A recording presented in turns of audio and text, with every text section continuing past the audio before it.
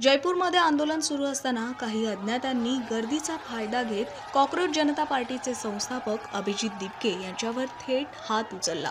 आंदोलनादरम्यान जोरदार घोषणाबाजी सुरू होती, तर अभिजित दिपके यांना त्यांच्या समर्थकांनी खांद्यावर घेतलं होतं।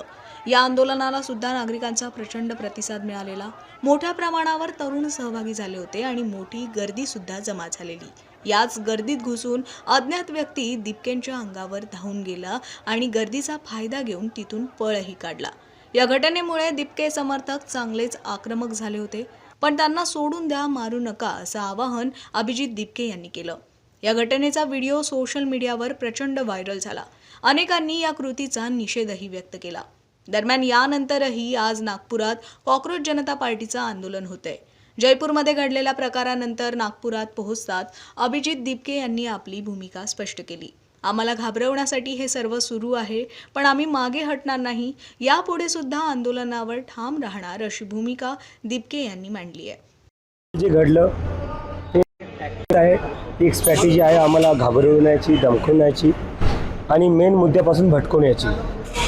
तर मला वाटतं अशा हल्ल्यावर मी काही बोललो नाही पाहिजे, कारण की आम्ही आमच्या मुद्द्यावरनं भटकणार नाही आहे।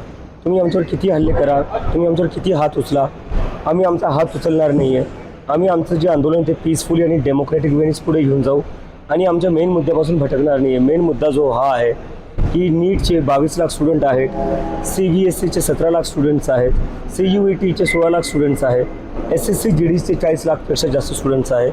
अशा 1 करोडपेक्षा जास्त स्टुडंटसोबत कुठे ना कुठे अन्याय झालेला आहे आणि त्याची जिम्मेदारी कुठे ना कुठे धर्मेंद्र प्रधान यांना घ्यावं लागेल।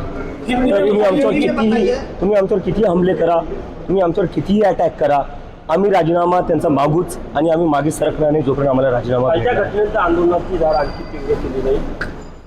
आमची जी स्ट्रॅटेजी आहे ती आम्ही चेंज नाही करणार आहे, कारण की असे हल्ले अजून होत राहतील पुढे। मला काही त्याची भीती नाही आहे। त्यांना हल्ले करायचे करू द्या, आम्ही गांधीच्या मार्गावर चालणार आहे, आम्ही आंबेडकरांच्या मार्गावर चालणार आहे आणि आमचा सत्याग्रह आहे हा, जो आम्ही एकदम शांतीपूर्ण चालू ठेवणार आहे। कोण वाटतं तुम्हाला ते म्हणजे ते दुसरं झालेलं RSSचे काही लोक होते, ते त्यात काही नवीन नाही आहे।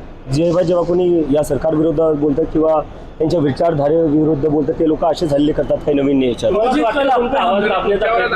RSSशी संबंध आहे असं तुमच्यावरही बरेच आरोप झालेले आहेत, तुमच्यावरही आरोप झालेला आहे की तुम्ही RSSशी संबंध आहे, पंतप्रधानांची भेट झाली म्हणून काल माझ्यावर हल्ला केला।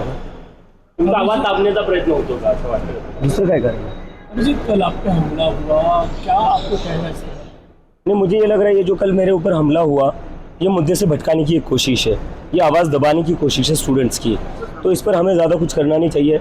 हम हमारे मुद्दे पर टिके रहेंगे, चाहिए कितने भी हमले कर ले, कितना भी हमारे ऊपर हाथ उठा ले, हम अपना हाथ नहीं उठाएंगे। हम अम्बेडकर और गांधी के रास्ते पर चलेंगे और जो 1 करोड़ स्टूडेंट्स हैं हम उनके लिए न्याय मांगते रहेंगे। हम उस डिमांड जो हमारी डिमांड है कि धर्मेंद्र प्रधान को रिज़ाइन करना पड़ेगा।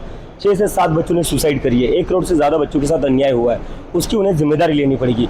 हम पर हमले करने की जगह, हम पर हाथ उठाने की जगह आप अपना काम ठीक से करिए, हमें ये आंदोलन करने की जरूरत नहीं पड़ेगी। Thank you. इसके पीछे हमले के पीछे एक मिनट